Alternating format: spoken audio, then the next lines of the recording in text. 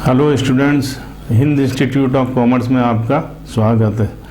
पिछले video lesson में हमने कुछ कंसेप्ट देखे थे, अकाउंटिंग के बेसिक कंसेप्ट देखे थे। तो आज कुछ कंसेप्ट और हमने यहाँ लिखे हैं, जिसमें है पहला capital concept, realisation concept, accrual concept, consistency concept, accounting period concept. तो ये हमने देखा था, पिछले में कुछ कंसेप्ट देखे थे। आज फिर हम कुछ कंसेप्ट देखेंगे। तो ये अकाउंटिंग के क्या रूल्स और किस सिद्धांत पे हमें अकाउंटिंग करनी है ये बताते हैं।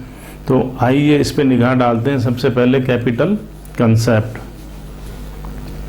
कैपिटल कंसेप्ट क्या कहता है कि जब जो भी प्रॉफिट बिजनेस में होता है वो प्रोप्राइटर की और जो पार्टनरशिप अगर फर्म है तो पार्टनर्स की कैपिटल अकाउंट में उस प्रॉफिट को हम ट्रांसफ़र कर देते हैं। अगर सोल प्रोप्राइटरशिप यानी एकल व्यवसायी का बिजनेस है, सिंगल व्यापारी है, तो उसकी कैपिटल में उस प्रॉफिट को हम ट्रांसफ़र कर देंगे। और अगर पार्टनरशिप फर्म का बिजनेस है तो जो प्रॉफिट हो रहा है तो वो हम उसकी कैपिटल में ट्रांसफ़र कर देंगे। क्यों कर देंगे? क्योंकि वो बिजनेस कर ही किस लिए रहे हैं? प्रॉफिट कमाने के लिए कर रहे हैं। तो जो भी प्रॉफिट या लॉस होगा वो उसकी कैपिटल में हम ट्रांसफ़र कर देंगे। इसी तरीके से अगर कोई लिमिटेड लायबिलिटी वाली कंपनी है तो वहाँ पर अगर कोई प्रॉफिट होता है तो हम उसको कैपिटल में ट्रांसफ़र नहीं करेंगे। क्योंकि वो प्रॉफिट जो होता है वो कंपनी उनके शेयर होल्डर में बांटती है, जिसको हम क्या बोलते हैं? डिविडेंड। तो हम क्या बोलेंगे? डिविडेंड। तो वहाँ पर लिमिटेड लायबिलिटी कंपनी में जो भी प्रॉफिट होता है वो हम वहाँ कैपिटल में ट्रांसफ़र नहीं करते हैं। तो इसी तरीके से ये कंसेप्ट आपका क्या कहलाता है? Capital concept. दूसरा जो कंसेप्ट है आपका रियलाइजेशन कंसेप्ट। जब कोई भी चीज़ का प्रोडक्शन होता है, व्यापारी कोई भी चीज़ बनाता है, फर्म कोई भी चीज़ बनाती है या जिसके लिए वो बिज़नेस कर रहे हैं, तो जो भी वो प्रोडक्शन कर रहे हैं तो उसके अंदर प्रॉफिट ज़रूर जोड़ा जाता है। तो प्रॉफिट जोड़ा जाता है तो वो प्रॉफिट हमें कब मिलता है? जब हम उसको मार्केट में बेच देते हैं। तो हमें ये नहीं समझ लेना चाहिए जब जैसे हमने प्रोडक्शन किया उसमें प्रॉफिट भी जोड़ दिया और ये भी हमें पता है कि वो माल हमारा बिकेगा ही बिकेगा, तो हमें ये नहीं समझ लेना चाहिए कि उतना प्रॉफिट हमें मिल गया या मिल जाएगा। जब तक वो प्रॉफिट हमें रियलाइज़ नहीं हो जाता, मतलब हमारा माल बिक नहीं जाता, तो जब भी हम उसको ये समझेंगे कि ये प्रॉफिट हमें रियलाइज़ हो गया है और ये प्रॉफिट हमारा है। तो इस तरीके से इस कंसेप्ट की धारणा क्या है? ये कंसेप्ट क्या कहता है कि रियलाइजेशन कंसेप्ट। तो जब प्रॉफिट हमें मिलेगा तो वो कब मिलेगा? जब माल को हम बेच देंगे। उससे पहले हम ये नहीं समझेंगे कि हमारा माल वो बन गया, उसमें हमने प्रॉफिट जोड़ दिया तो ये प्रॉफिट हमें मिल ही जाएगा। तो हमें प्रॉफिट कब मिलने की संभावना होगी? जब वो माल बिक जाएगा और वो प्रॉफिट हमारे हाथ में होगा। तो उसको हम क्या बोलेंगे? Realisation concept. तीसरा है एक्रूअल कंसेप्ट। एक्रूअल कंसेप्ट क्या कहता है कि मान लो सपोज कोई खर्चा हमारा इसी साल का है लेकिन हमने उसको अभी तक पे नहीं किया है, हमारा इसी साल का, तो वो हमारे इसी साल में हम उसको ऐड करेंगे। क्योंकि वो एक्रूड तो हो गया खर्चा, तो देना हमारा बाकी है, आउटस्टैंडिंग है इसी साल से रिलेटेड, तो उसको इसी साल में ही हम शो करेंगे। इसी तरीके से अगर कोई एक्रूड इनकम है जो अर्न तो कर ली और इसी साल से रिलेटेड है तो उसको भी हम इसी साल में शो करेंगे। इसी तरीके से कोई एक्सपेंडिचर हम पहले ही पे कर देते हैं जो अगले साल से रिलेटेड होते हैं, तो उसको हम इस साल में शो नहीं करेंगे क्योंकि वो नेक्स्ट ईयर से रिलेटेड है। अगर मान लो कोई इनकम रिसीव्ड इन एडवांस हो जाए जो नेक्स्ट ईयर से रिलेटेड होती है लेकिन हमें इसी साल में वो मिल जाती है, तो उसको भी हम इस साल में काउंट नहीं करेंगे क्योंकि वो नेक्स्ट ईयर से रिलेटेड है। तो ये कंसेप्ट क्या कहलाता है? Accrual concept. तो मतलब एक्रूअल कंसेप्ट में वही हम ऐड या लेस करेंगे जो इस करेंट ईयर से रिलेटेड होगी। इस तरीके से कंसिस्टेंसी कंसेप्ट का मतलब कि मान लो आपने बिजनेस में कोई एक मेथड अडॉप्ट कर लिया तो हमें उसी को ही कंटिन्यू मेथड को रखना पड़ेगा। तो ये क्या कहलाता है? Consistency concept. उसको बार बार हम चेंज नहीं कर सकते, चेंज करते हैं तो हमें बिजनेस की पोजीशन का सही पता नहीं चल पाएगा।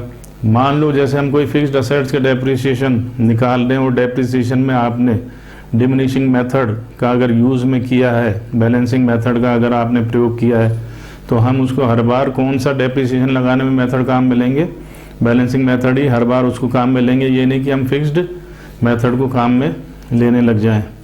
तो अब ये जो बैलेंसिंग और फिक्स्ड मेथड में आपसे बात कर रहा हूँ, तो ये आप आगे जो चैप्टर आएगा डेप्रिसिएशन का उसमें देखने को मिलेगा। लेकिन आप इतना ध्यान रखना कि अगर हमने कोई मेथड अडॉप्ट किया है डिमिनिशिंग मेथड फिक्स्ड असेट्स पर, तो वो हर बार हमें वही मेथड लेकर के चलना पड़ेगा, उसमें हम बार बार चेंज नहीं करेंगे।